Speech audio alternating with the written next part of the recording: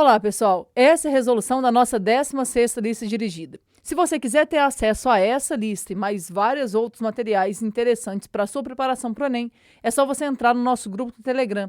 O link vai estar aqui na descrição do vídeo. Você pode entrar no grupo, baixar tudo que você achar que é necessário para a sua preparação, pode ficar no grupo e ficar recebendo atualizações toda semana, pode sair também, se você achar que não tem necessidade de ficar no grupo, você pode entrar e sair quantas vezes você quiser do nosso grupo. Então, entra lá no grupo, baixa tudo que você achar que é necessário para a sua preparação e vem comigo nessa resolução. Para essa lista de hoje, eu elaborei 3 questões. Uma envolvendo a ideia de gráfico de linha juntamente com média, uma outra questão a respeito de gráfico de setores e também uma questão de geometria. Toda lista dirigida tem sempre uma questão de geometria do jeitinho que pode aparecer na sua prova do Enem. Eu sou Juliana Rezende, professora de matemática, e eu vou com você até a prova do Enem.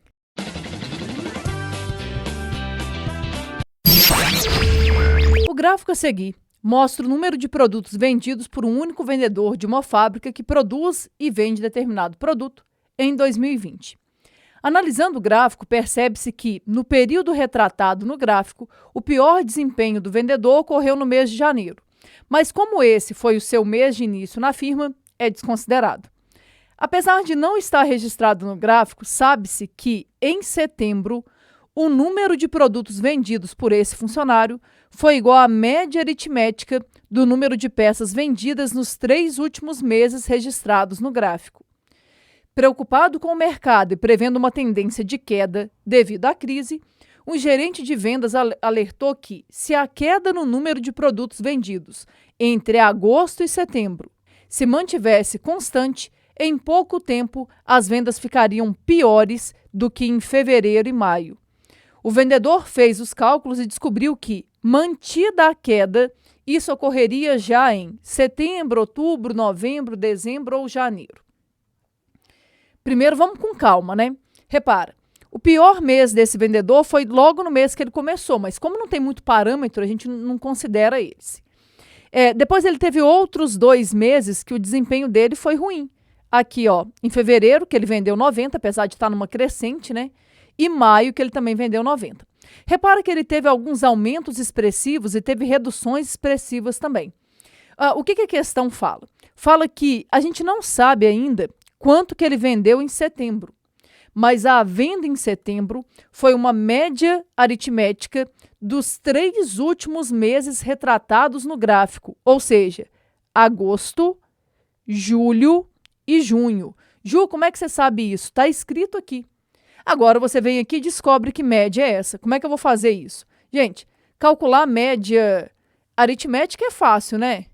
Ou será que não? É fácil, sim. Calcular a média aritmética é bem fácil. Vamos lá. Aqui eu vou ter 150 mais 150, ó, junho 150, julho 150, agosto 180. Dividido por 3, né, porque eu considerei 3 meses. Então, isso aqui vai dar 480 dividido por 3. 480 dividido por 3 vai dar 160. Então, tenta entender. Em setembro, ele vendeu 160 produtos. Aí observa, tem uma tendência de queda. Por quê? Porque em agosto ele vendeu 180. Em setembro ele vendeu 160. Repara, houve uma diminuição aqui, ó. Diminuiu em 20 o número de peças vendidas. O que a questão está querendo saber é o seguinte: mantida essa redução, ou seja, se daqui para frente, devido à crise, a cada mês que se passar, ele deixar de vender 20 peças, em quanto tempo ele vai vender menos do que os piores meses aqui, ó? Ah, Ju, não seria janeiro? Não, a questão mandou a gente desconsiderar janeiro, tá? Eu quero saber quando que as vendas vão ficar piores do que fevereiro e maio. Para você resolver isso, você pode até fazer uma regra de 3 se você quiser. Mas eu ia aqui, ó, como é bem pouco, eu ia fazer aqui manualmente mesmo, ó. Imagina, depois de setembro, outubro daria 140, novembro 120, dezembro 100, lembra, eu estou tirando 20, tá? e em janeiro do ano que vem, ele ia vender 80. Aqui, ó, em momento algum ficou pior do que nos piores meses dele, né? Desconsiderando o mês que ele começou. Então, quando que ele ia ter uma venda pior do que a venda de fevereiro e maio? No mês de janeiro de 2021. Então, repara, ó, aqui está 2020, aqui já vai para 2021. Questão bem simples. Ah, Ju, e se eu quisesse fazer de uma forma mais direta, sei lá, vai que demoraria muitos meses. Você podia fazer uma regra de 3, mas aqui eu não acho que tinha necessidade, não. Você podia ir tirando 20 em 20 para chegar na sua resposta de forma segura, rápida e com garantia daquilo que você fez. Espero que você tenha entendido, mas ó, ficou alguma dúvida, deixa aqui nos comentários que eu volto para te ajudar. Já aproveita e se inscreve aí no canal, deixa o seu like, porque toda semana tem 3 questões inéditas, gente. Vocês não vão achar essa questão em nenhum lugar. Essas questões foram elaboradas por mim durante a semana. Eu nem pego questões antigas que eu elaborei não, tá? Eu faço durante a semana, dependendo daquilo que eu vi com os meus alunos em sala de aula. Então, não deixe de se inscrever no canal, porque senão você vai perder uma oportunidade ímpar de se preparar de forma muito efetiva para a prova do Enem. Vamos dar uma olhadinha na segunda questão. Um curso preparatório para concursos fez um levantamento sobre o interesse de seus alunos em relação aos principais concursos com editais já publicados. E os resultados são os mostrados na figura a seguir.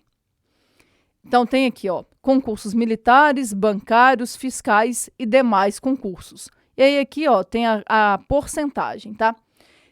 Se ao invés de destacar as porcentagens referentes a cada tipo de concurso, o responsável pela elaboração do gráfico tivesse destacado os ângulos correspondentes a cada setor, a medida em grau do maior desses setores seria.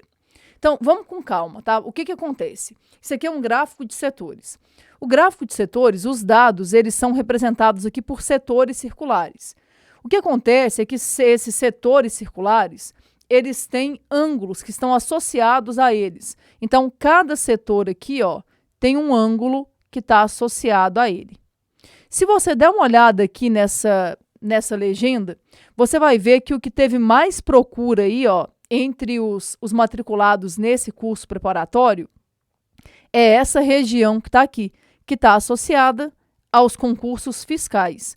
45% das pessoas querem fazer concurso fiscal, INSS, Secretaria de Fazenda, essas coisas. Então, o que vai acontecer aqui? Ao invés de eu ter colocado aqui as porcentagens correspondentes, eu poderia ter colocado um ângulo aqui. Esse ângulo representaria da mesma forma a frequência do dado. E aí eu quero saber qual que seria a medida em grau do ângulo, né, do maior desses setores. O maior desses setores é esse aqui que está associado a 45%. Quanto maior a frequência, maior vai ser o setor. E aí, como é que a gente vai fazer para descobrir isso? É bem tranquilo. Você pode, por exemplo, fazer uma regra de 3. Imagina, 100% corresponde ao círculo todo, ou seja, corresponde a 360 graus. 45 graus vai corresponder ao ângulo que eu chamei de θ. Agora é só resolver essa regra de 3. É diretamente proporcional, então é só você vir aqui e simplificar. Pode fazer, você pode ir dividindo aqui? Pode, mas eu não gosto muito de mexer com 100, porque fazer conta com 100 é mais fácil.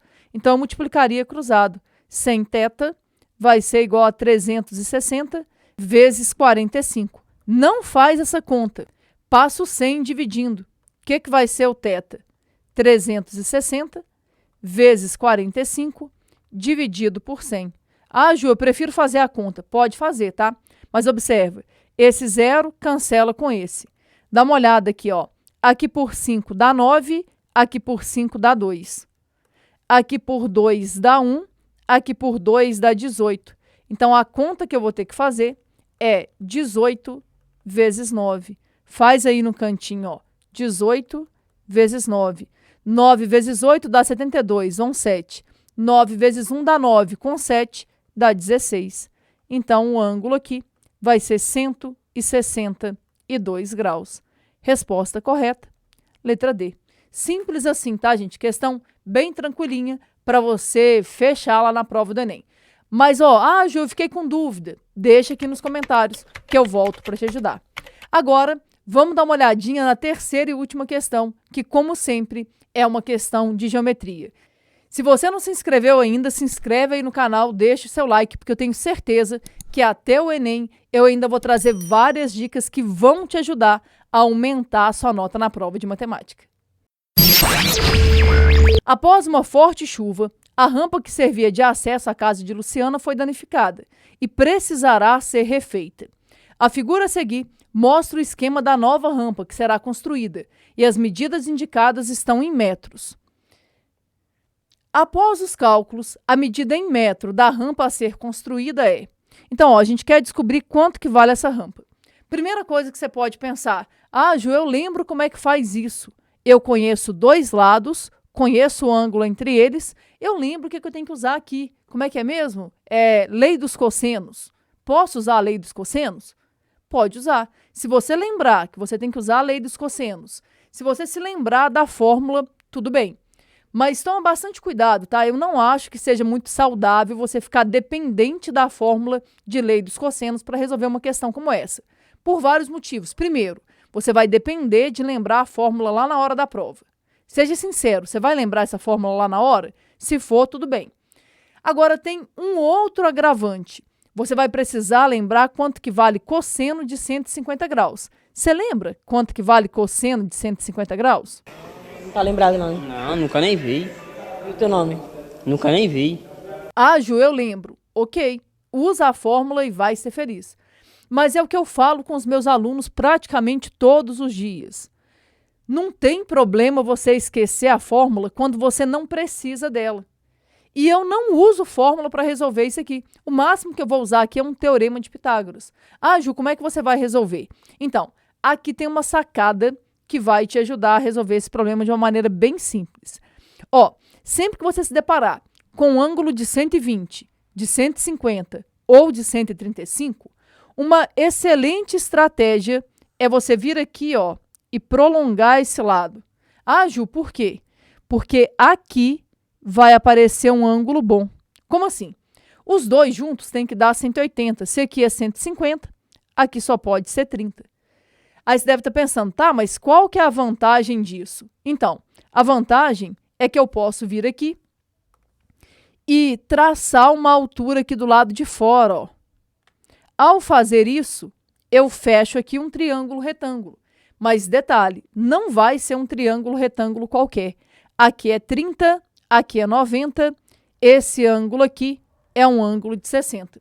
Se você não lembra como é que funcionam as coisas num triângulo como esse, eu vou deixar uma aula aqui na descrição para você nunca mais ter problemas com esse tipo de triângulo, tá?